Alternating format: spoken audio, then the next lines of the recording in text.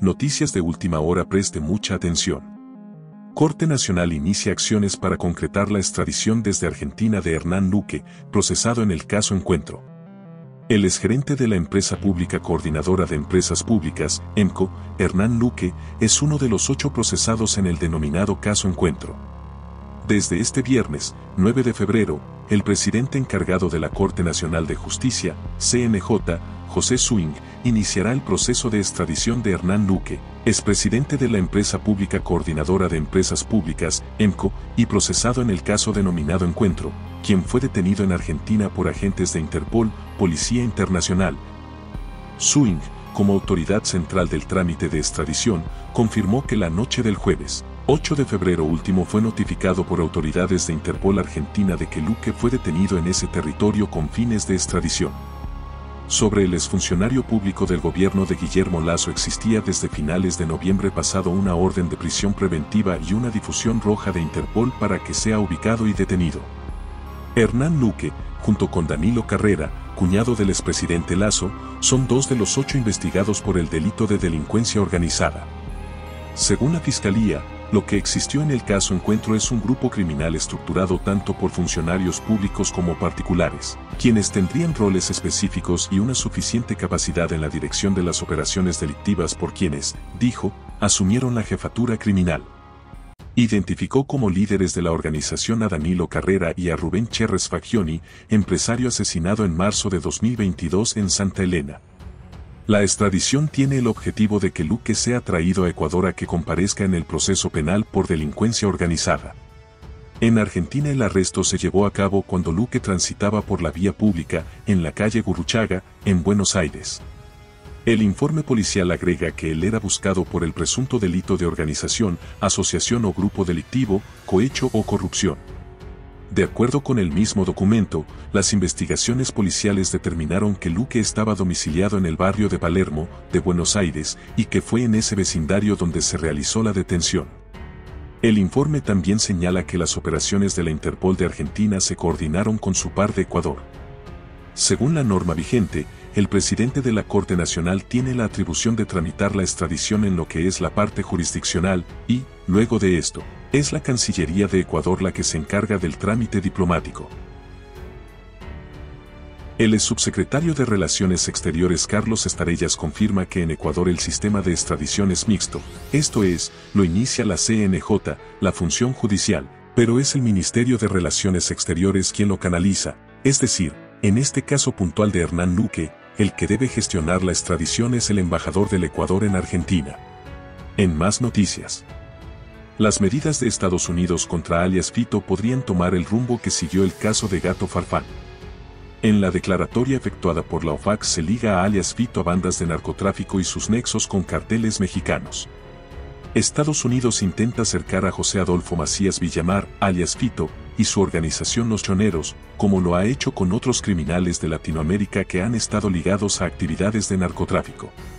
El miércoles, 7 de febrero, la Oficina de Control de Activos Extranjeros del Departamento del Tesoro de Estados Unidos incluyó a alias Fito en la lista de los sancionados por estar vinculado al narcotráfico.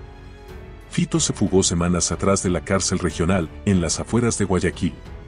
La OFAC justificó su decisión de incluir a Los Choneros y Macías Villamar en esta lista de conformidad con la Orden Ejecutiva 14.059 por haber participado o intentado participar en actividades o transacciones que contribuyeron materialmente o representan un riesgo significativo de contribuir materialmente a la proliferación internacional de drogas ilícitas o sus medios de producción.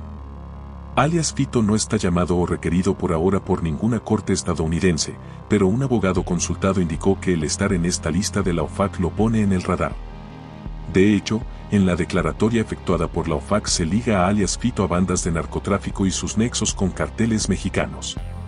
El subsecretario del Tesoro para Terrorismo e Inteligencia Financiera, Brian Nausen, mencionó que las bandas narcotraficantes como Los Choneros, muchas de ellas con vínculos con poderosos carteles de la droga en México, amenazan las vidas y los medios de subsistencia de las comunidades en Ecuador y en toda la región. A Wilder Sánchez Farfán, alias Gato Farfán, se lo extraditó desde Colombia a Estados Unidos días atrás. Este ecuatoriano estaba en la lista de la OFAC, también ligado a carteles mexicanos, pero ya era requerido por la Corte del Sur de California. como fue detenido en el 2023 en territorio colombiano, país que sí tiene convenios de extradición con Estados Unidos, fue enviado para que responda a la justicia de ese país. El abogado consultado cree que este podría ser un primer paso para poder allanar el camino de poner en el futuro a alias Fito en manos de la justicia de Estados Unidos. En más noticias. El 9 de febrero de 2025 Ecuador volverá a las urnas para elegir presidente de la República y asambleístas. El Consejo Nacional Electoral aprobó el calendario para organizar las elecciones y declaró el inicio del periodo. Aún debe determinar el presupuesto. El Consejo Nacional Electoral, CNE, declaró el inicio del periodo electoral para desarrollar las elecciones presidenciales, legislativas y de parlamentarios andinos, también conocidas como elecciones generales, para el periodo 2025 a 2029. Este 9 de febrero de 2024, en una sesión virtual, el Pleno del Consejo Nacional Electoral aprobó el calendario para organizar el proceso electoral y se declaró en periodo. En la plenaria votaron a favor del calendario y la declaratoria de periodo los consejeros José Cabrera, Enrique Pita, Estela Acero y Diana Atamaint. La consejera Elena Nájera no participó. Los vocales Cabrera y Pita resaltaron el trabajo conjunto en la elaboración del calendario con las autoridades del Tribunal Contencioso Electoral y que contempla todas las fases para llevar a cabo la jornada del sufragio. El calendario planteado estima que el 9 de febrero de 2025, los ecuatorianos inscritos en el padrón electoral irán a las urnas para la primera vuelta, en tanto que el 13 de abril del próximo año se realizaría la segunda vuelta. Al momento, son 13.654.291 electores, de acuerdo con la última actualización del registro electoral. No obstante, el CNE lo actualizará para las presidenciales futuras. En más noticias.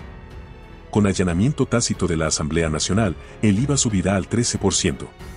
El legislativo no sumó votos para ratificarse en su texto que negó el alza del impuesto y tampoco tuvo votos para allanarse al veto presidencial. El impuesto al valor agregado, IVA, se incrementará del 12% al 13% y hasta un 15%, según lo disponga el presidente de la República, una vez que el proyecto de ley económico urgente para enfrentar el conflicto armado interno, la crisis social y económica se publique en el registro oficial. Con la norma, el gobierno nacional pretende obtener $1.400 millones para financiar el conflicto armado interno contra el crimen organizado. Este 9 de febrero de 2024, la Asamblea Nacional no sumó 92 votos para ratificarse en el articulado que aprobó el martes pasado, cuando negó la propuesta original del presidente de la República, Daniel Noboa Asín, de incrementar el IVA al 13% de forma permanente y temporal al 15%. Tampoco tuvo los votos para allanarse a la objeción parcial que hizo el primer mandatario sobre la iniciativa. Con ello, de acuerdo con el cuarto inciso del artículo 64 de la Ley Orgánica de la Función Legislativa, si la Asamblea Nacional no considera la objeción, no se allana expresamente o no se ratifica en su texto en el plazo señalado, se entenderá que se allanó de manera tácita a esta, y el presidente de la República dispondrá la promulgación de la ley y su publicación en el registro oficial. Con 132 asambleístas presentes de 137, la moción de ratificación de la norma aprobada el 6 de febrero en la que se negó el aumento del impuesto tuvo 78 votos afirmativos de los 92 que requería. En contra fueron 24 y hubo 30 abstenciones. Por tanto, no se aprobó la ratificación del texto elaborado en la Asamblea. El informe para segundo debate, aprobado en la Comisión de Desarrollo Económico, recomendó ratificarse en lo resuelto por los legisladores con 83 votos. La asambleísta Valentina Centeno, de la bancada oficialista ADN, resaltó el apoyo al primer mandatario para obtener recursos y seguir su plan de gobierno, pero en cumplimiento de las disposiciones legales mocionó ratificarse en el texto. Luego que ninguna de las dos mociones tuvo apoyo, la asambleísta Centeno propuso la reconsideración de la votación, pero no hubo los votos para proceder. Por reconsiderar la votación hubo 62 votos, 71 en contra y 0 abstenciones. Pasadas las 13:40, el presidente del Parlamento, Henry Cranfo, cerró la sesión y deseó un buen feriado a sus colegas. De esta forma, la ley entrará en vigencia una vez que el presidente Noboa disponga su publicación en el registro oficial. En más noticias. Hola, ¿cómo estás? Buenas tardes en casa. En efecto, ya votaron los legisladores de manera virtual, pero no se pusieron de acuerdo. Es importante contarles que en la jornada de este viernes se registraron 2 votaciones y unas decisiones importantes por parte del Pleno de la Asamblea Nacional. La primera votación se dio respecto de la solicitud presentada por la asambleísta Valentina Centeno para que el Pleno se ratifique en el texto aprobado el pasado 6 de febrero. Esto quiere decir en no al IVA, pero sí al resto de impuestos. Aquí tampoco hubo los votos. Se presentaron 78 votos afirmativos, pero para esto, según la ley de la función legislativa, se necesitaban 92 votos afirmativos y esto no sucedió. Por lo tanto, no se da paso a esta moción. La segunda moción, que se votó hace pocos minutos nada más, de manera virtual, como les decimos en la Asamblea Nacional, fue la opción de allanarse al veto parcial enviado por el presidente de la República, Daniel Noboa, pero tampoco pasó. Para eso se necesitaban 70 votos y hubo nada más 44 votos afirmativos. Esto quiere decir, según la misma ley de la función legislativa, se entiende por un allanamiento tácito. Esto quiere decir que a partir de ahora el presidente de la República tiene la potestad de en los próximos 30 días publicar el veto parcial como lo envió a la Asamblea Nacional y también lo que aprobó el pasado 6 de febrero. Respaldar al presidente en la medida que ha propuesto en la Asamblea Nacional, que es la única medida que nos va a permitir tener recursos de manera inmediata y sobre todo sostenible en el tiempo, como lo requiere el país para afrontar esta guerra contra el narcoterrorismo. Hernán Luque, uno de los procesados por el presunto delito de delincuencia organizada en el caso Encuentro, fue detenido ayer en Buenos Aires, Argentina, y será extraditado a Ecuador.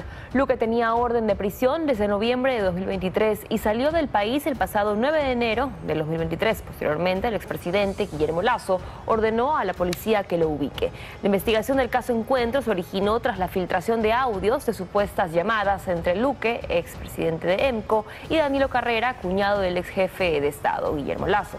En las operaciones, o las grabaciones más bien, se hablaba de una estructura criminal que habría manejado los contratos del sector eléctrico ecuatoriano.